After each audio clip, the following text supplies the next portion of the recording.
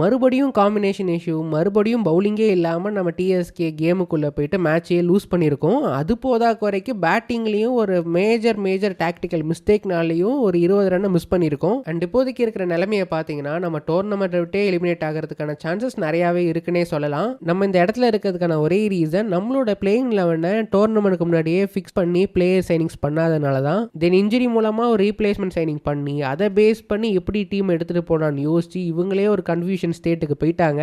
இதுதாங்க எந்த ஒரு டோர்னமெண்ட் ஆடுறதுக்குனாலும் அதுக்கு முன்னாடியே ஒரு ப்ராப்பர் பிளேயிங் லெவனை எப்படி செட் பண்ணலாம், எந்த பவுலர் எந்த இடத்துல போடலாம், அதுக்கான ஆப்ஷன்ஸ் இருக்கான்னு பார்த்து நம்ம பிளேயர் சைனிங்ஸ்லாம் பண்ணணும். இந்த மேட்ச் அகில் ஹுசைன் ஆடல, அவருக்கு பதிலாக டியான் ஃபாரஸ்டர் வந்தார். அதுக்கான ரீசனாக ஆஃப் சொன்னது இந்த பிச்சில் ஸ்பின் பெருசாக ஒர்க் அவுட் ஆகலை, பேசஸ் தான் நல்லா பண்ணிட்டு இருக்காங்க, அதனால அவர் எடுத்துகிட்டு வந்திருக்கோன்னு சொன்னார். அண்ட் இதை எப்படி சொல்லியிருப்பாருன்னா மீதி நடந்திருக்க 2 மேட்சஸில் பார்த்து அதை பேஸ் பண்ணி சொல்லியிருப்பாரு. பட் அந்த மேட்சஸில் ஆடின ஸ்பின்னர்ஸ் எல்லாருமே ஓரளவுக்கு ஆவரேஜான ஸ்பின்னர்ஸ் தான். நல்ல ஸ்பின்னர் பார்த்தது சுனில் நரேன், அவர் நல்லா பண்ணிட்டாரு. அண்ட் அகில் ஹுசைன்றவர் one of the top T20 players. So அவரும் இந்த மேட்ச் ஆடி இருந்தால் அவரும் நல்லா பண்ணியிருப்பார். பட் ஓகே, நான் ஒத்துக்கிறேன், ஸ்பின்னர்ஸ்லாம் மற்ற டீமில் ஒழுங்காக போடலை, நீங்கள் அவர் எடுக்கலை, ஃபைன், ஓகே, டியான் ஃபாரஸ்டர் ஆடுறாரு, ஓகே பரவாயில்ல, பேட்டிங் டெப்த் நல்லா இருக்கும்னு நம்ம யோசிக்கும் பொழுது இன்னொரு சேஞ்சும் பார்க்க முடியுது. கேல்வின் சேவேஜ் உள்ள வராருன்னு. இது என்னைய கான்ட்ராடிக்டிங்காக இருக்குன்னு தோணுச்சு கைஸ். டியான் ஃபாரஸ்டர் ஒரு பேட்டிங் ஆல்ரவுண்டர் வராரு, கேல்வின் சேவேஜ் அவர் இன்ஜுரியிலேருந்து வரதுனால அவரை பவுலிங்கே கொடுக்க மாட்டாங்கன்னு ஒரு கெஸ் பண்ண முடிஞ்சது. அண்ட் அதுக்கேற்ற மாதிரியும் கொடுக்கல. அண்ட் அவரும் பியூர் பேட்டராக தான் ஆடி இருக்காரு போல.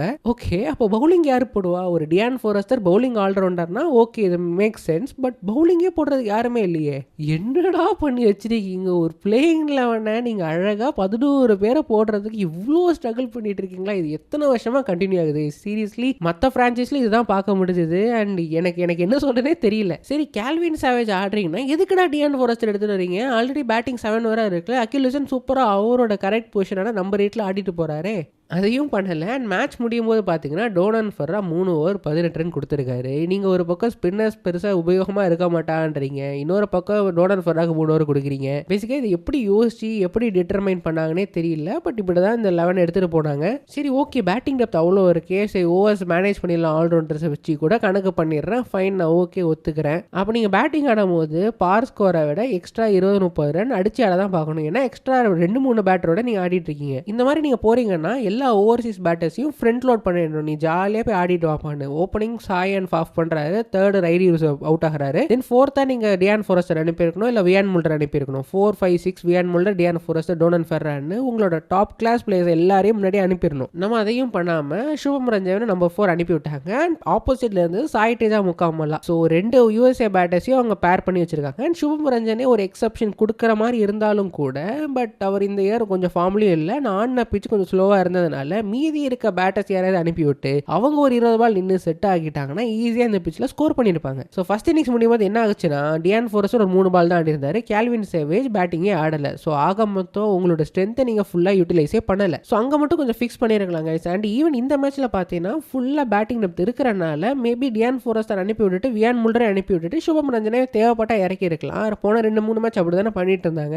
அண்ட் பேசிக்காக அது எப்படின்னா இந்த கார்த்திக் சர்மா வரதுக்கு முன்னாடி சிஎஸ்கே ஒரு ரிஜிடிட்டியோட இருந்துச்சுல்ல, நம்ம 6வது ஓவரில் 4.5 இல்லை 4.4 5.5 விக்கெட் இருந்தால் கூட அந்த 1 பால் 2 பால் ஆடுறது கூட நான் சிவம் டுபே அனுப்ப மாட்டேன்னு சொல்லிட்டு ஒரு ஜடேஜாவையோ இந்த மாதிரி சில பேட்டர்ஸ்லாம் அனுப்பி விட்டுருந்தாங்கல்ல. ஸோ அதே மாதிரி ஒரு கான்செப்ட் தான் இங்கேயும் பார்க்க முடிஞ்சது. ஸோ அதை அப்படியே சால்வ் பண்ண போகிறாங்கன்றதெல்லாம் வெயிட் பண்ணி பார்ப்போம். பட் எஸ் கேஸ் இந்த மேட்சை பற்றி டீட்டெயிலாக பேசுகிற அளவு கூட எனக்கு எனர்ஜி இல்லை. நார்மலாக ஒரு கிரிக்கெட் ஆடி நீங்கள் நல்லா கரெக்டான விஷயம்லாம் எடுத்து தோத்துருந்தா பரவாயில்ல. ஜெயிக்க வேண்டிய மேட்ச் கைஸ், போன மேட்சும் ஜெயிக்க வேண்டிய மேட்ச் அதுவும் போச்சு, இந்த மேட்சும் ஜெயிக்க வேண்டிய மேட்ச் அதுவும் போச்சு. அண்ட் ஈவன் அந்த போன மேட்ச் கூட மிச்சல் ஒன் மாதிரியான பிளேயருக்கு கேட்ச் விட்டனால தோதும், அதை கூட நான் மன்னிச்சு விட்டுடுறேன். பட் இந்த மேட்ச் கையில் இருந்த மேட்ச் கைஸ் வெறும் ஹாரிபிள் டாக்டிக்ஸ்னால அப்படியே ஒரு காம்பினேஷன் இஷ்யூ இருந்ததுனால நம்ம தோக்கிறதுக்கான ரீசனாக அமைஞ்சிருச்சு. அடுத்த மேட்ச் 3 மணினால ஒரு கிரேட் எஸ்கேப்னே சொல்லுவாங்க கைஸ். கண்டிப்பாக அந்த மேட்ச்ல நான் பார்க்க போகிறது இல்லை. நம்ம டீமில் டாப் ஆர்டரில் ஆடக்கூடிய 2 ஓவர்சீஸ் பிளேயருமே கொஞ்சம் நல்லா ஸ்டெப் அப் பண்ணி ஆகணும் கைஸ். 2 பேர்கிட்டேயும் ஒரு இம்பாக்ட் இன்னிங்ஸ் தான் பார்த்துருக்கோம். ஃபாஃப் கூட கொஞ்சம் நல்லா இம்பாக்ட்ஃபுல்லான இன்னிங்ஸ் ஆடினாரு. பட் ரைலி ருசவ் பார்த்தீங்கன்னா அந்த 30s 40s தான் கொடுத்துருக்காரு.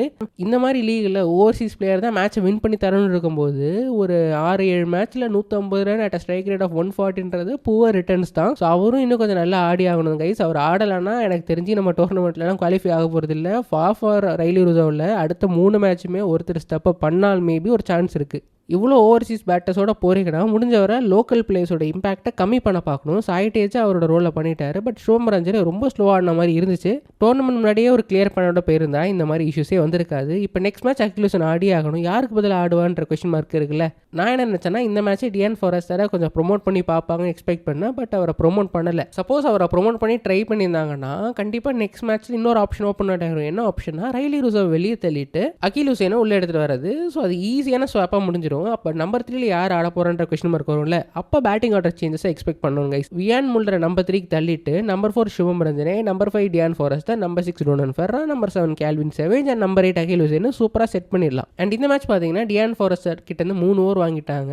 ஸோ இந்த மாதிரி அவர் மேட்ச் ஆன் மேட்ச் ஒரு 2-3 ஓவர் டீசெண்டாக போட்டு கொடுத்துட்டாருன்னா கண்டிப்பாக அவர் பிளேயிங் ஒன்று ஆடலாங்க. ஸோ அந்த மாதிரி ஆடணும்னா வியான் முல்டரை நம்பர் 3 தள்ளுறதான் ஒரே சான்ஸாக இருக்குது. பட் நெக்ஸ்ட் மேட்ச் எப்படி பண்ணுறாங்கன்றதெல்லாம் வெயிட் பண்ணி பார்க்கலாங்க. So thank you so much for வாட்சிங் வீடியோ. மறக்காம லைக் பண்ணுங்க, சேனலுக்கு சப்ஸ்கிரைப் பண்ணுங்க, உங்களோட ஃப்ரெண்ட்ஸ்க்கு ஷேர் பண்ணி விட்டுருங்க, ஹை பட்டன் தேடி விட்டுருங்க. அடுத்த வீடியோவில் பார்ப்போம். தேங்க்யூ ஸோ மச் ஃபார் வாட்சிங் அகைன். Take care, by.